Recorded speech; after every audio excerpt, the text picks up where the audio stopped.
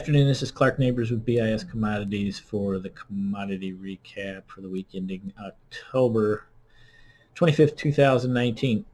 For the week, corn down 3 cents, beans down 12, wheat down 16 cents. So you can see we had kind of a negative week. Most of this pressure came later in the week in all the commodities.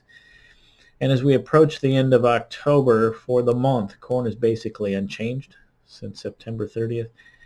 Beans are up 16 cents and wheat is up 20 cents. Livestock-wise, cattle continues to be strong.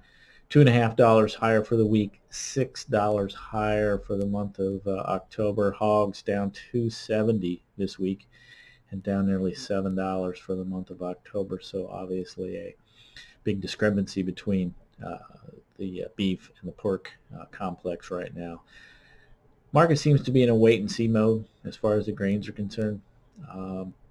Waiting for that next headline news, waiting for the next report from the USDA, which is 2 weeks from today on November the 8th. So because of that, volatility until today on the soybeans has been very light all week.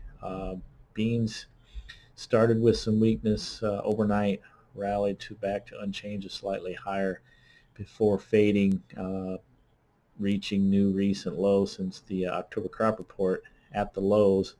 Now, today was also the expiration of November options. So the 920 strikes were touched in the last part of the trading session. So we'll see how that progresses as we go into early next week and as we approach deliveries against the November soybeans. Funds, interestingly enough, the report that came out this afternoon, and this is as of the close Tuesday, corn funds are short 76,000 bushels. They added 10,000 bushels to those shorts in the past week. On the other side of the coin, the funds are long soybeans, up along 68,000 contracts. They added 20,000 in length in the past week. And the funds are also long wheat. Now they're short Kansas City wheat, but Chicago wheat, they're up. They're long about 12,000 contracts. So corn held in there pretty well today in comparison to beans and for the week. So some of that may be some spread relationship between the corn and the soybeans. Cattle on feed report came out this afternoon. On feed at 98.9, placements at 102, and marketing's at 101.1. Those are pretty well in line generally with what the trade was looking for. Cash cattle trade continues to firm, and that's pretty impressive rally in the cattle market since those lows in the early part of September following the packing plant fire in Kansas in mid-August. Headlines this week, far and few between.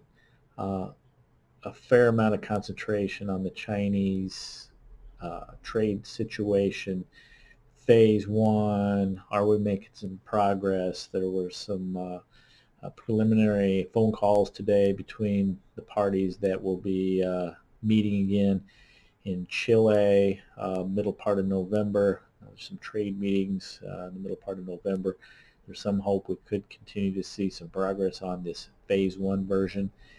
And in every case, there's always the line of the Chinese buying ag products, namely soybeans and pork.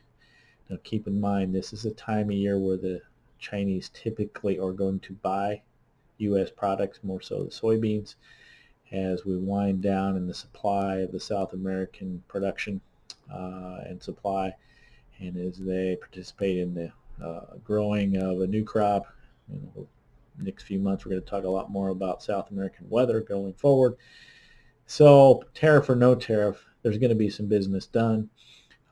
Bean basis was quite a bit higher along the river in the export market this week, which shows there is a pattern of some business being done. So we'll see. Is this going to be a continuance of bushels? So far we've only seen this week about 6 cargoes that have been bought. I think the market's anticipating quite a bit more than that. So again, base is pretty firm. Harvest progress, obviously is slow, going to continue to be slow.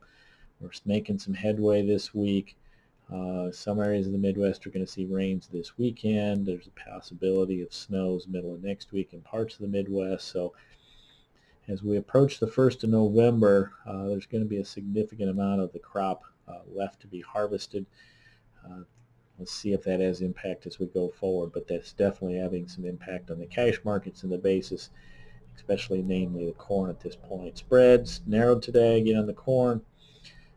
Some of this was basis related. I think you could see the corn spreads narrow slightly over the next few weeks, but as we approach the December deliveries late next month, I would expect those spreads to widen again. That's the typical nature of how these spreads work into the last week of each month prior to the delivery. So if you have questions on that, let us know. Seasonally, corn's entering a time of the year where it tends to get fairly flat.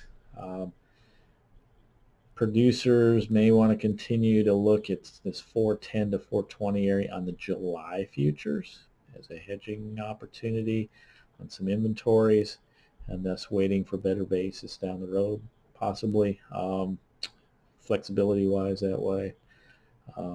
So continue to look at that. Soybeans for the last, I believe, 10 or 12 trading days ever since the October crop report has traded somewhere in the 935 range during the day.